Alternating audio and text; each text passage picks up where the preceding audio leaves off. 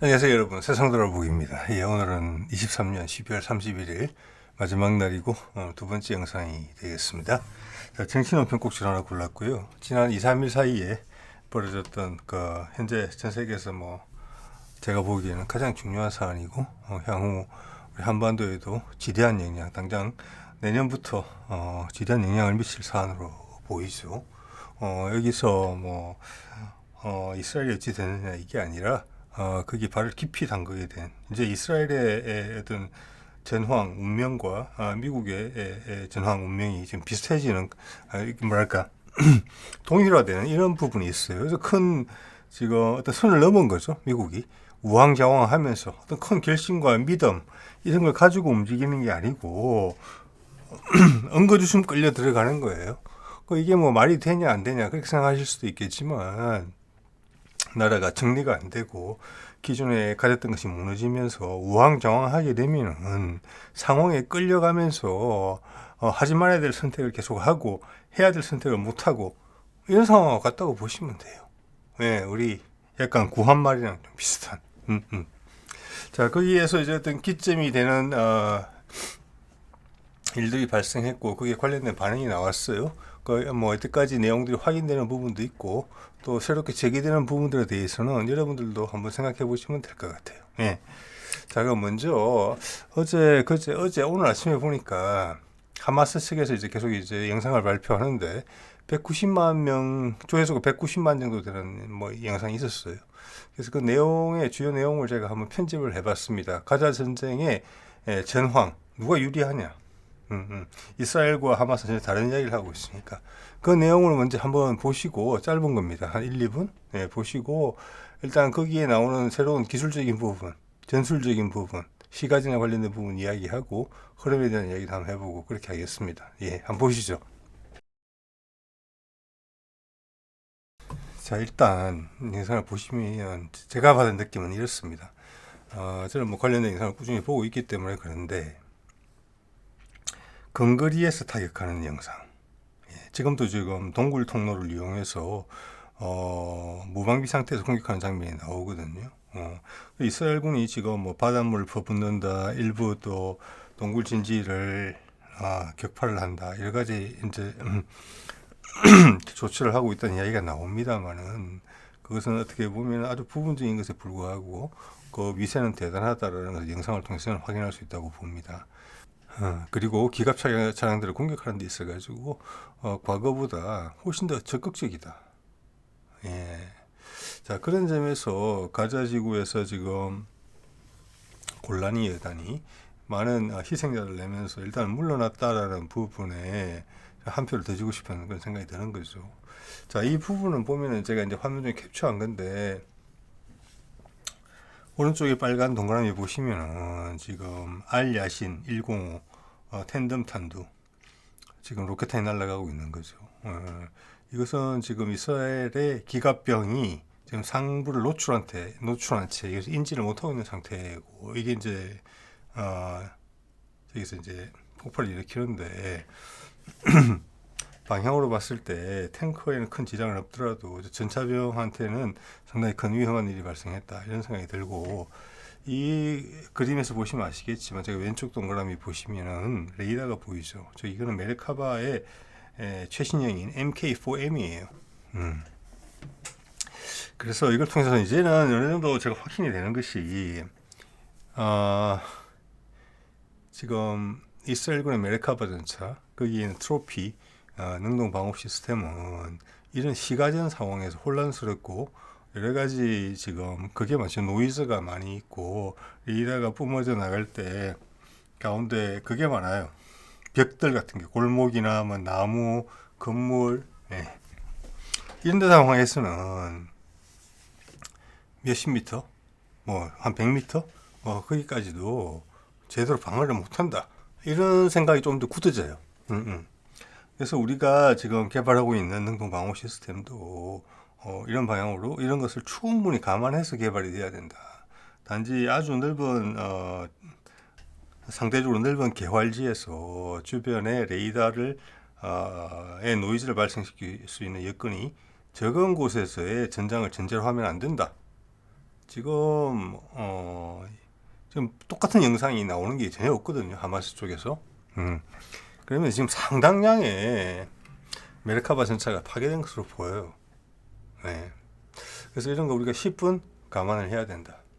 기존에 여러 가지 다층 방어망을 고려 중이라는 것을 제가 예전에도 말씀을 드린 적이 있습니다. DIRCM부터 해서 또 드론 공격에 대비한 제밍 장치까지 기타 등등 여러 가지가 들어가는 것으로 돼 있고, 심지어는 철갑탄까지 그 위력을 약화시킬 수 있는 그런 부분까지 되고 있거든요. 네. 그렇지만 시가전 상황은 반드시 더 고려가 돼야 된다. 이런 부분들을 한 번 더 강조하게 되고요. 또한 이번 영상에 나오지 않았지만 한 5, 6일 전부터 이제 알카산 쪽에서 사용하고 있는 것이 이 알야신 탄두인데, 지금 이 알야신 탄두, 성형 자약 탄두, 텐덤 탄두는 기본적인 목적이 뭡니까? 폭발을 일으켜서 구멍을 뚫는 데 있어요. 구멍을 뚫는 데. 그래서 콘크리트 벽이나 이런 거를 담을 뚫을 수는 있지만 그 다음에 효과는 그냥 상당히 제한적이거든요. 어떻게 보면은. 그리고 뭐 RPG 쪽에도 보면 탄두가 아주 다양하지 않습니까? 그래서 여태까지 눈에 띈 것은 뭐냐면은 RPG의 그냥 일반적인 성형 탄두, 또 뭐 그거는 또 고폭탄두로 있을 수 있어요. 그리고 이제 앞에가 텐덤으로 된 것은, 이중으로 된 것은 대부분 성형탄으로 이중탄을 만들었죠. 그게 알야신 105라는 것인데, 며칠 전부터는 그게 나오고 있어요.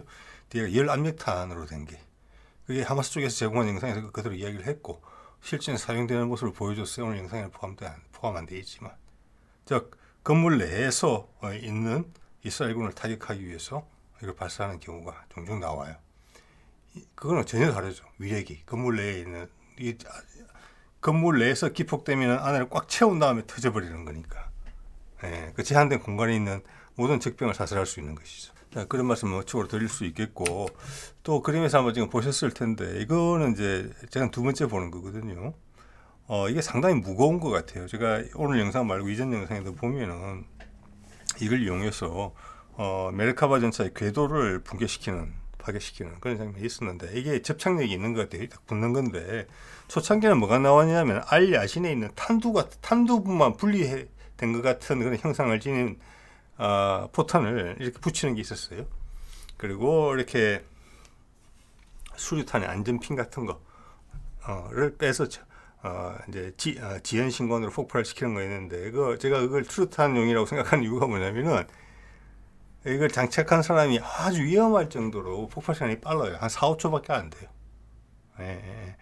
그게 있었는데, 이번에는 이게 등장을 했거든요. 이거는 그 알야신 탄두 같은 경우는 뭐 무거워봤자 2, 3kg도 안 될 겁니다. 이거는 제가 봐서 한 10에서 한 20kg 사이 정도 되는 것 같아요. 들고 갈 때 아주 무거워하는 게 느껴지거든요. 기폭 방식은 똑같아요. 뒤에 안전핀식으로 해요.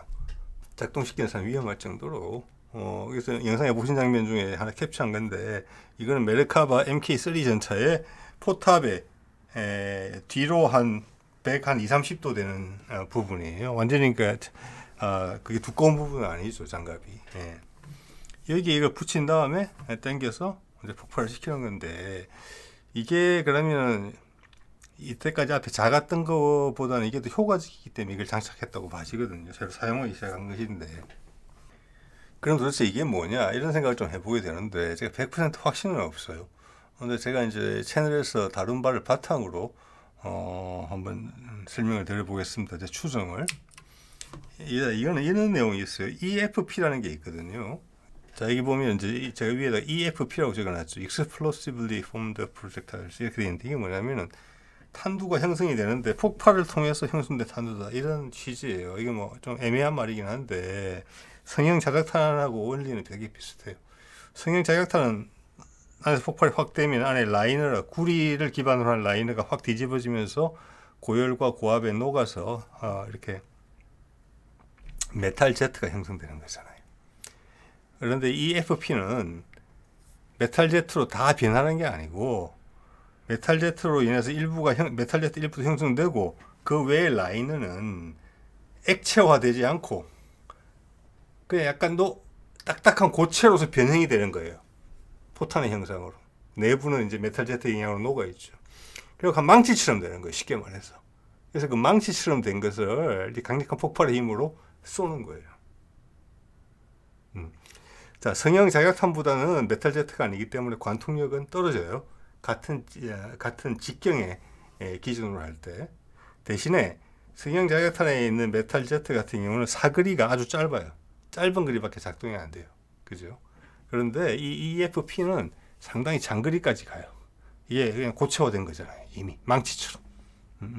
자, 그 정도 차이가 있다고 생각하시면 되고, 이게 만들어지는 과정이거든요. 자, 이렇게 쭉 해서 이게 라이닝이 뒤집어지면서 메탈 제트화 되는 게 아니고, 메탈 제트는 일부 내부에 돼 가지고 안에 비어 있는 형태로, 바깥에는 그냥 철물이 그냥 주물로 아니면 단조로 포탄처럼 만들어지는 거예요. 이게 날아가서 관통을 하는 거예요. 예, 예. 자, 이게 우리 예전에 한번 소개드린 건데 2021년 아덱스에서 제가 찍은 사진이에요. 한화 전시장에 있는 내용인데 이게 그겁니다. 이것은 뭐냐면은 우리나라에 소개가 거의 안 돼 있는데, 우리 K2용 한 8에서 한 8km 장사정거리죠. 8km 전차에서 국사로 쏘는 거예요.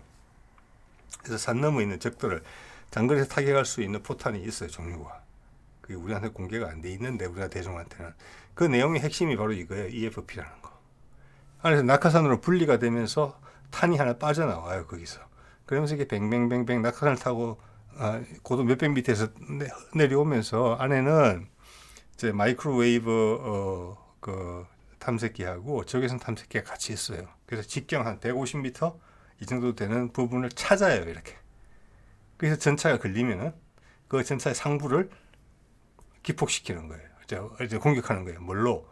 이 EFP를 형성함으로써. 그래서 통상 155mm 탄에도 그게 있거든요. 우리가 대전차용 155mm 탄, 우리 공개 안 돼 있죠. 우리는 고폭탄밖에 모르잖아요. 이게 있어요. 그래서 이제 외국에서 나온 자료들을 보면은 155mm 탄 같은 게 한 2개 정도 들어가요.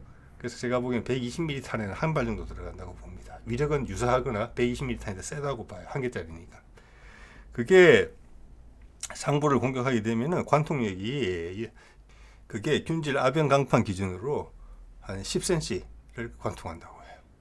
예. 그러면 특히 뭐 적외선 센서 같은 게 있기 때문에 거기를 가장 먼저 노리지 않을까 싶어요. 엔진 상부, 또 엔진 상부가 포탑에 가려져 있는 것 같은 경우에는 포탑 상부를 바로 공격하겠죠.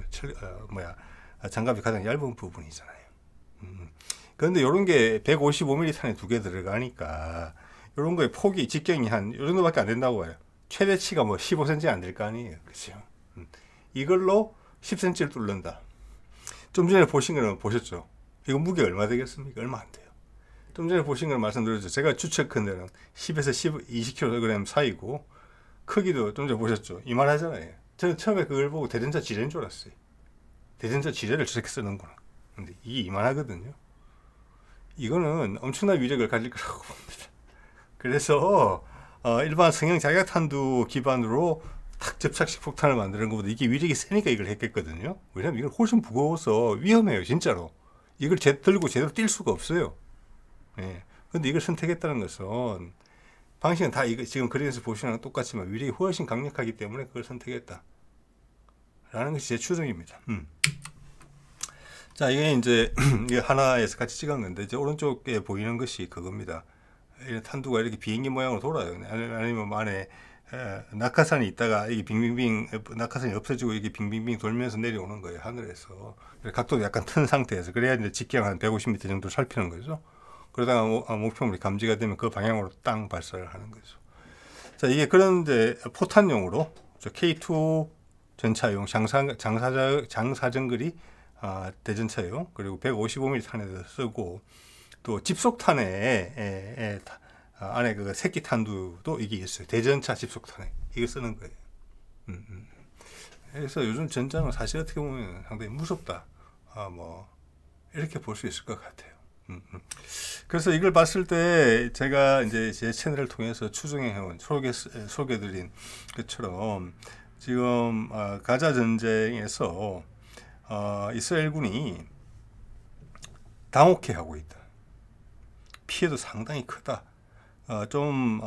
과하게 이야기하면 공포에 질려 있는 경우도 많다. 저기 어디서 어떻게 나타날지 모르고 여태까지 하마스와 겪어왔던 뭐 20, 30년 인간의 경험에 비추어 봤을 때 그들은 방심하고 있고 쉽게 생각했다.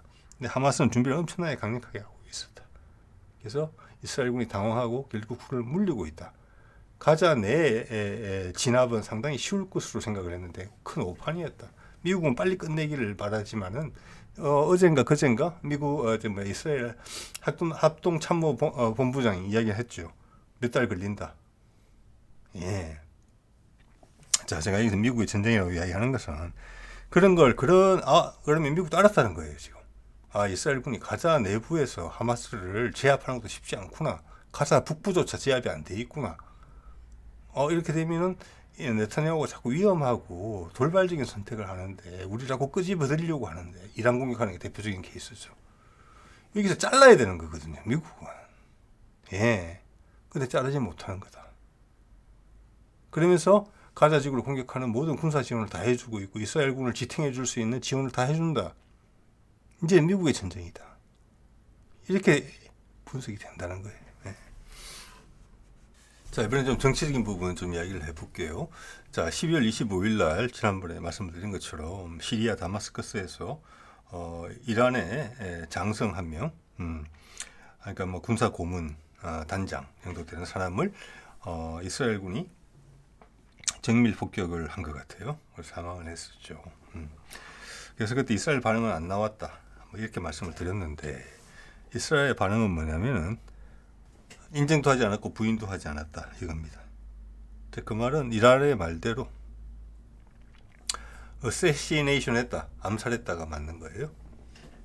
이 암살의 목적은 뭐냐? 이 암살이 언제 어느 시점에서 발생을 했느냐? 이스라엘이 일단 그들의 체중의 골라니 여단을 가자 지구에서 일단 물린 다음에 이걸 했단 말이에요. 자, 골라니 여단에서 가자 지구에서 골라니 여단을 물렸다는 것은 오늘 좀 말씀드리는 것처럼 가자 지구 전쟁이 쉽지가 않다. 하마스가 막강하다. 이 자체를 이기는 게 지금 쉽지 않다.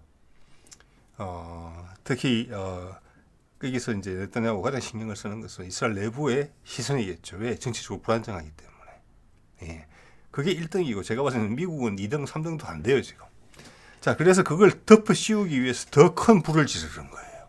자신의 과오와 실수를 덮기 위해서. 예. 그리고 또 내부적으로 지금 정치권과 군 사이에 갈등도 있는 거죠. 잘 안 풀리니까. 너 그거밖에 못하냐부터 시작해서 네가 해봐라. 뭐 이런 거죠. 쉽게 말하면. 그래서 이란과의 확전을 과감히 선택을 하는 거예요. 그래서 제가 이제 그런 예상을 말씀드린 바가 있습니다. 이란이 얘기 따라오지 않을 거다. 왜? 이란이 지금 알고 있거든요, 의도를. 네, 그래서 오히려 헤즈볼라하고 후티가 강하게 나올 것이다. 일단 헤즈볼라하고 후티 더 강하게 나오긴 하는 것 같아요. 네.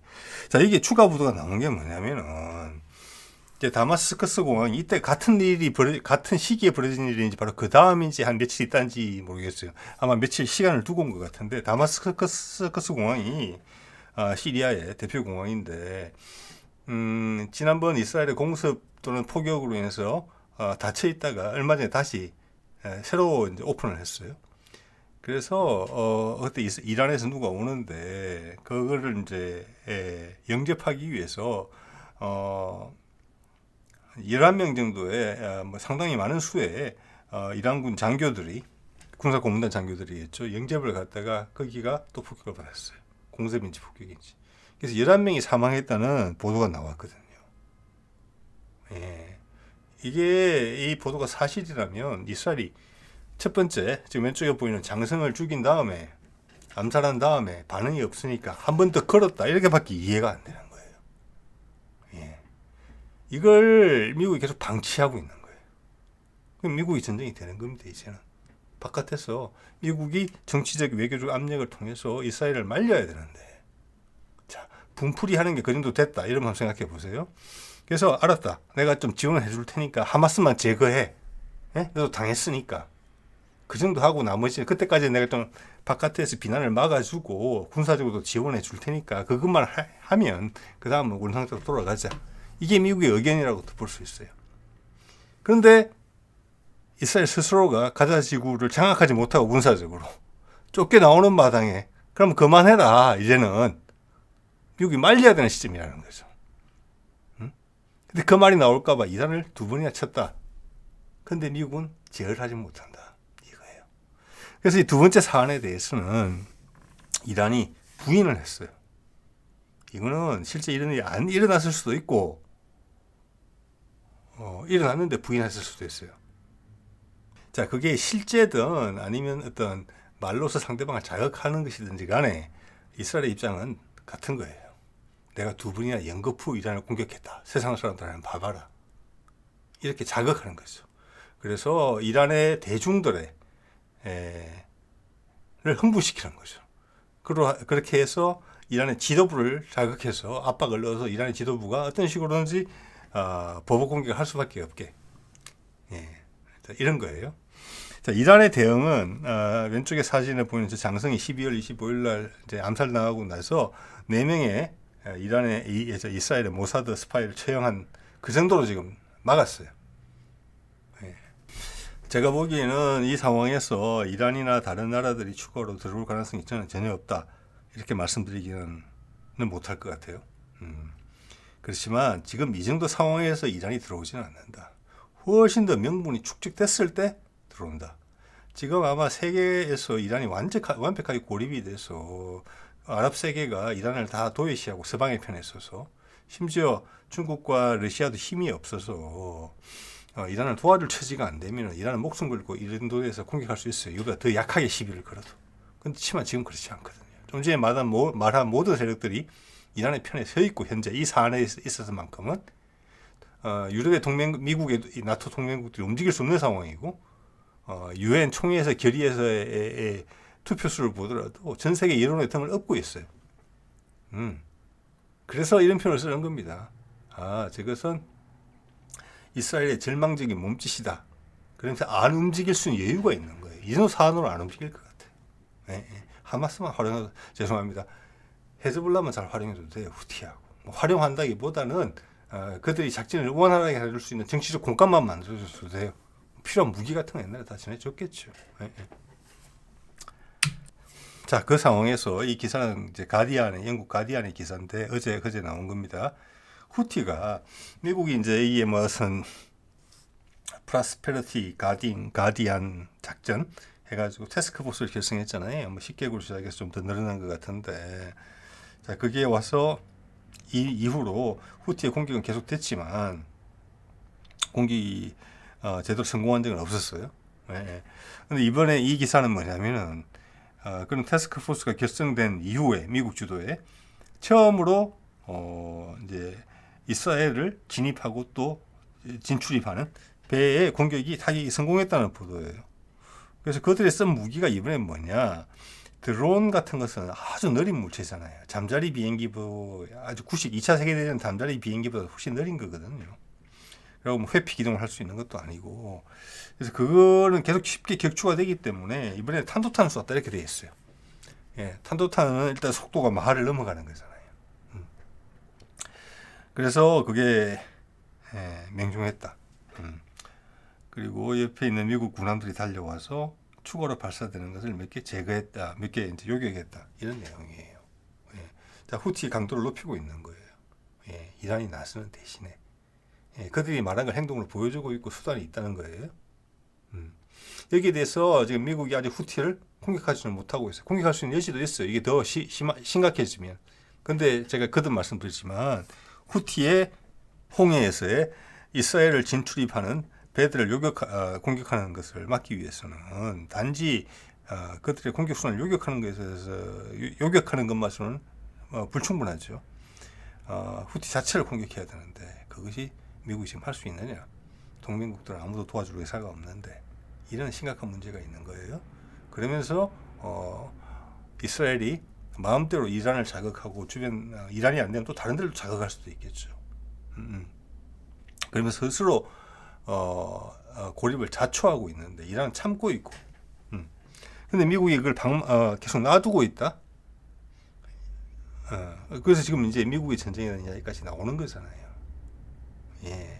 그러면 어느 순간에 지금은 뭐냐면 전 세계가 미국이 외교력을 발휘해서 이미 게임이 끝난 거니까 여론전에서 너희가 뜯어 말려야 된다. 이스라엘에 압박을 가해서 끊어야 된다. 근데 미국이 여러 가지 내부 문제로 인해서 못하고 있는 거잖아요. 그걸. 예. 자, 그러면 그 다음 단계는 뭐냐? 이란이 나서는 게 아니고 전 세계 여론이 연합해서 나서는 거예요. 예. 거기다가 위협을 느낀 네타냐후가 더 무리한 수를 두게 되면 미국은 아주 볼썽사납게 발을 뺄 수밖에 없는 상황이에요. 여기서 이스라엘을 본격적으로 도우려면 이번에 후티를 쳐야 돼요. 여기서. 예. 헤즈볼라도 직접 쳐야 되고. 그 수에서 밀리는 거예요. 네타냐후는 더 과격하게 하고 있죠. 그럼 헤즈볼라 조금 도수 공격의 수준을 올리고 후티 조금 더 올리고 이렇게 되는 거예요. 미국은 직접 그들을 공격할 수 있는 여력이 안 돼요. 그럼 세계 여론은 계속 악화되죠. 거기에 왜 이란이 혼자 나서서 그리고 부스럼을 만들겠습니까? 수많은 피해가 날 수 있는 전쟁 같은 상황을 감내하면서 지금 이란은 안 그래도 충분해요. 독일은 네타냐후가 갈수록 강한 걸 피겠죠. 결국 미국까지 물러나게 되고 저쪽에 연합군이 이스라엘을 칠 수가 있어요. 거꾸로. 미국은 손들어 못 대고 알겠습니다. 내가 잘못했네요. 꽁지 빠진 모습을 보일 수밖에 없는 지금 그런 쪽으로 갈 공산이 있어 보인다는 거예요. 지금 방향은 그래요. 예. 그러니까 뭐 기본적으로는 미국의 내부의 이유로 인한 기인한 우유부단함이죠. 지금. 거기는 지금 바이든은 혹시나 행여나 이런 것을 좀 지켜보고 있는 상황이에요. 이러지도 못하고 저러지도 못하고 참으로 안타까운 상황이고 미국의 쇠락을 바로 보여주고 있다. 그와 동시에 우크라이나에서는 백일하게 드러나고 있잖아요. 미국이 이런 약한 모습을 보이면 우크라이나에 있어서 소프트 랜딩 하는데도 많은 노력이 필요하거든요. 주변 동맹국들하고 전 세계 여론을 마사지할 수 있는 미디어들이. 그런데 거기서 적나라해질 수가 있죠. 잘못하면 이스라엘에서 이런 우유부단한 모습을 보이고 있으면. 자, 여기에 대해서 이란의 말을 여러분들 소개를 좀 드릴게요. 자, 그럼 하마스는 피해를 얼마나 입었느냐? 여기에 대해서 이란이 하마스에 들은 이야기를 해준 내용이 여기 있어요. 이란이 지금 상당히 의미심장한 발언을 했어요. 자, 먼저 전력에 대해서는 이렇게 이야기를 했어요. 하마스 전력의 14%만 사용됐다고 이야기를 했어요. 86%가 남아있다. 자, 이것을 제가 이때까지 하마스가 발표한 내용은 크게 오류는 없었다고 봅니다. 자, 저는 얼마 전에 말씀드렸지만 가자에서 밀리고 있더라도 바깥에서는 우리 150명밖에 안 죽었다. 지금은 하루에 나오는 사망자만 도저히 그림으로 보는 것만 해도 수십 명씩 나올 수도 있다고 봅니다만은 그렇지만 그들이 지금 잡혀있는 인질들을 구해내는 모습을 보인다든지 이스라엘군이 또는 가자지구에 있는 하마스의 수장들을 체포하거나 사살하는 그 성과를 꺼내면은 전력에서 실제 전장에서 밀릴지라도 명분을 축적하면서 빠져나올 수 있거든요. 예, 그게 네타냐후가 아마 어느 정도 생각을 했던 부분일 것 같아요. 근데 그거조차 이루지를 못했거든요. 인질이 어디 있는지도 모르고 오히려 자기들이 쏴 죽이는 상황이잖아요. 폭발해서 쏴 죽이고 하마스를 오인해서 탈출하는 사람들 쏴 죽이고 그리고 하마스 지도부는 못 찾고 그러니까 계속 궁지로 몰리는 거예요. 네타냐후는. 그런 궁지로 몰린 네타냐후가 막 내지르는 일을 미국이 컨트롤 못하는 거예요. 그래서 러시아의 푸틴이 이렇게 이야기하는 거잖아요. 이것은 미국 외교의 실패다. 근본 원인은. 그거 부인하기 어렵다고 봅니다. 예. 그의 말을 몇 가지 더 전해드릴게요. 이거 힌두스탄 타임즈에서 나온 겁니다. 예. 자, 오늘 제목을 제가 여기서 영감을 받은 겁니다. 자, 지금 미국의 백악관에서 이런 이야기가 나오고 있다고 한다. 뭐냐?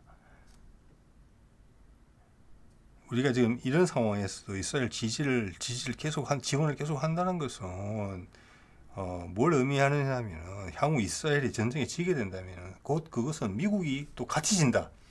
미국도 같이 진 것이다. 이런 정도로 우리가 세계 여론과 동떨어지게 이스라엘 지원을 하고 있다는 의견이 미국 백악관 내에서도 나오고 있다는 이야기예요. 예. 이거는 상당히 전국을 찌르는 표현이다 이렇게 봅니다. 자, 이런 상황이 뭘 이야기해 주느냐? 역시나 이란 외무장관의 이야기입니다. 미국의 패권 힘이 하루가 다르게 쇠약해지고 있다는 것을 보여주는 것이다. 예. 심지어 하마스라는 어떻게 보면 저항군이 이스라엘은 한때 스스로가 세계 3위의 군사 강국이라고 이야기를 하고 있는 것 같아요. 내부적으로는 한때가 아니라 그렇게 이야기를 하고 있는 건데 내용에 보면은 세계 3위의 군사 강국이 가자지구 내에 있는 구식 무기로 무장한 하마스한테 지고 있는 상황까지 나오고 있는 것이다. 미국의 헤게모니, 패권의 힘이 떨어지고 있다. 그와 동시에 그 힘에 기대 존재하는 이스라엘도 같은 식으로 무너지고 있는 것이다. 이게 되게 드라마틱하게 표현을 했다고 저는 봅니다. 예. 그래서 이렇게 이란에서 이렇게 이야기를 하는 것은 뒤에 깔려 있는 게 뭐냐면은 나는 전쟁에 너희들이 나한테 계속 전쟁을 종용하지만 즉 미국 너희도 이렇게 지원을 해주면서 이스라엘이 무리하게 본인들의 궁지를 빠져나가기 위해서 이란을 공격하는 데에도 압박을 전혀 넣지 않고 오히려 무기와 이런 지원은 계속 유지되고 있는 것이다. 즉 그건 뭐냐? 미국도 네타냐후하고 같은 배를 타고 있는 거다. 확전되기를 원하는 거다. 이렇게 판단을 한다는 거예요. 그리고 너희들은 힘이 약해지고 있다. 그렇기 때문에 너희들의 유혹에는 안 넘어간다. 너희들의 입장은 알겠다. 우리가 머릿속에 명쾌해진다. 그러면 더더욱 나는 너희들을 공격할 이유가 맞받아칠 이유가 전혀 없다. 맞상대해줄 이유가 없다. 너희들의 수를 안 받는다 지금은. 이런 것을 나는 너희가 간파하고 있다. 이런 얘기를 하는 거예요. 여러분 한번 생각해 보세요. 저는 이게 상당 부분 동의가 돼요. 자, 그러면서 지금 이 기사는 뭐냐면은 그림은 이스라엘 내부에서 가자 전쟁 이후 최대 규모의 반 네타냐후 시위가 발생을 했고, 여기 보면 이제 그중 핵심은 지금 인질들 구해오라는 건데 드디어 이제 네타냐후 사임하라는 내용이 많이 나왔고 부패, 감옥으로 가야 된다. 뭐 이런 이야기들이 나왔고 여기에 대해서 지금 네타냐후가 상당히 불안한 것이죠. 내부적으로. 그래서 이후에 여기에 대해서 이제 기자회견을 했는데 그 기자회견장에 국방장관이 같이 나오기로 했는데 안 나왔어요. 제가 지금 본 것만 해도 지금 한 10일 정도 기간에 한 2번 정도 국방장관이 안 나왔어요. 서로 뭐가 달라요. 근데 제가 이해하기로는 국방장관이 더 강성이거든요. 네타냐후보다. 예, 네타냐후가 하는 게 마음에 안 드는 거예요. 제가 보기에는 국방장관이 현 상황에서 원하는 것은 이란을 그 정도 암살을 했는데도 안 들어온다. 그러면 이란을 직접 공격하거나 최소한 헤즈볼라를 완전히 뭉개야 된다. 이런 생각을 하고 있을 거예요. 예. 그런데 네타냐후는 이렇게 생각하는 거죠. 야, 네 마음은 알겠는데 네가 그렇게 하면은 미국이 진짜 빠져나갈지 모른다. 형 상태에서. 그가 이걸 더 키우고 싶어 할지라도 미국의 정치적 목적 때문에 살살 해야 돼. 그렇게 하면 미국이 정말 떨어져 나갈지 몰라. 이런 고민을 하고 있는 것으로 보입니다. 이 이제 인질 추가 이제 반환권에 대해서 여론이 엄청나게 안 좋아졌기 때문에 그게 여론의 구심점을 형성하고 있거든요. 왜냐하면은 탈출하는 인질을 3명을 이스라엘군이 사살을 했기 때문에 그래서 바로 협상에 들어갈 모양새를 발빠르게 네타냐후가 보여줬는데 지금 하마스 입장은 완벽한 전쟁의 종식 없이는 더 이상 협상은 없다. 이런 식으로 해서 퇴짜를 놓은 상황이에요. 그래서 계속 구석에 몰리고 있는 거예요. 이란을 계속 찝쩍거리고 있고. 예. 자, 이런 게 지금 어떤 고비가 좀 넘어가는 거고 제가 보기에도 미국의 의도는 상당히 노출됐다. 네타냐후가 그걸 절묘하게 끌고 가고 있다. 미국이 발을 못 빼게 하면서 결과적으로는 미국의 책임이 드리워지고 있다. 강하게. 이 정도 강도로 계속 향상시키면 미국이 발을 더 못 빼고 계속 더 끌려 들어온다. 이게 네타냐후 작전이고 미국도 그게 반드시 싫지만은 않기 때문에 현재 정치적 상황에서 따라오고 있다. 저는 이렇게 이해가 됩니다. 자, 오늘 이 정도 말씀드리겠습니다.